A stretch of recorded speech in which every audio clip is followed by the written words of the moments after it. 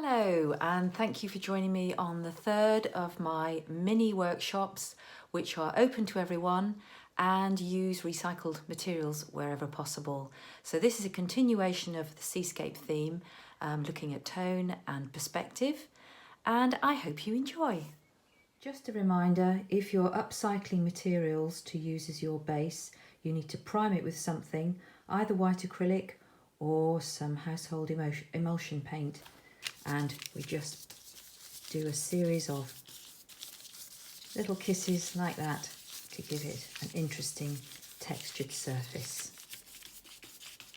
So hello everyone, and thank you for joining me again in these series of mini workshops. This is number 3, and this is a continuation of the second video, which was looking at tone and perspective in a little seascape. So the surface is all prepared with the emulsioned upcycled envelope, and we are going to use colour this time. I've chosen blue, but you can choose any colour you like. So first of all, we're going to do the sky, which is the top third of the horizon, and I'm going to make a very, very pale wash first to do the sky. I'm going to make it gradually darker as we come down. So paint our sky, maybe a tiny little bit more.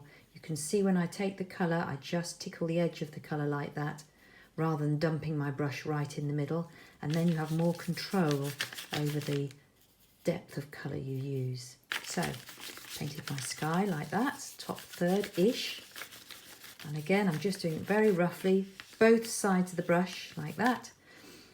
Then I add a little bit more blue, a little bit more white, go a little bit darker, so you're controlling it a little bit, and just do the next line. You can see I'm gradually getting darker and darker, a little bit more blue to the white. Doesn't matter if it overlaps, it all adds to the interesting texture. And my brush is pretty dry. I haven't dipped it in any water yet either. Again, it gives it more movement to the sea. A bit darker. And you continue like that all the way to the bottom, gradually adding more blue and less white in stripes like that, all the way down, until you end up with something like this. So you can see it's gone from very pale down to the darkest blue. When it's dry, then you can start to create the interesting waves. So turn your piece of work sideways like that, so that the sky is on your right. And that's important because when you tear the paper to create the waves, you want to have them at the top, the tear line at the top, and you'll see why in a minute. So hopefully I'm not getting my arm in the way. When you tear back on itself like that, really slowly, and you can see where it's torn, we've got our white waves like that. Okay. So there's your sky. Keep working all the way down like that, tearing back on itself, roughly along the line. You can see I'm doing it really slowly, and you'll get your interesting wave pattern right back on itself. So continue to do that until you've got all your stripes. The other thing I meant to add was try and make your strips get wider as you go further left to create that feeling of distance again. So you should end up with a series of strips with your sky the top third, and then all of the other strips getting gradually wider as you go further towards the left.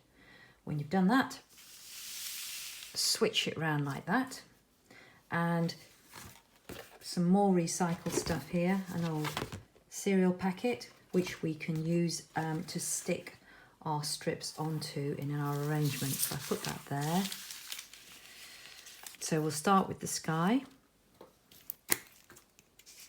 Glue that down.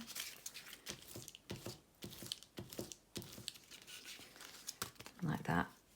Stick that onto our cereal packet, and then simply put a little bit of glue along the bottom of that one, just along the bottom, so that you can overlap your next strip like that. bit of glue along the next one. Next strip like that. And remember, we want the white torn waves at the top. So continue like that until you've done all the strips. Add a little sail like this. Then just get a piece of white paper, find a corner and cut a little triangle like that. And then you can pop those in wherever you like. So let's get some glue and just pop that in and put it a bit more in the foreground, lift that up there. So you have your sail. And then when you've finished and it's all dry, you can cut that down to tidy it up. You might want to make it into a greetings card or a simple little seascape.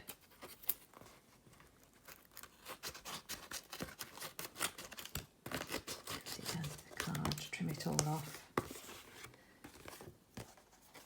I might make this into a greetings card for someone. Take off any rough edges, unless you particularly like them.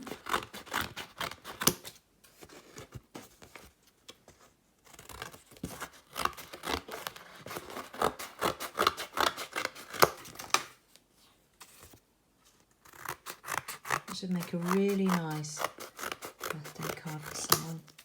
You can stick it onto some card, and there you have it. Happy creating! That was easy.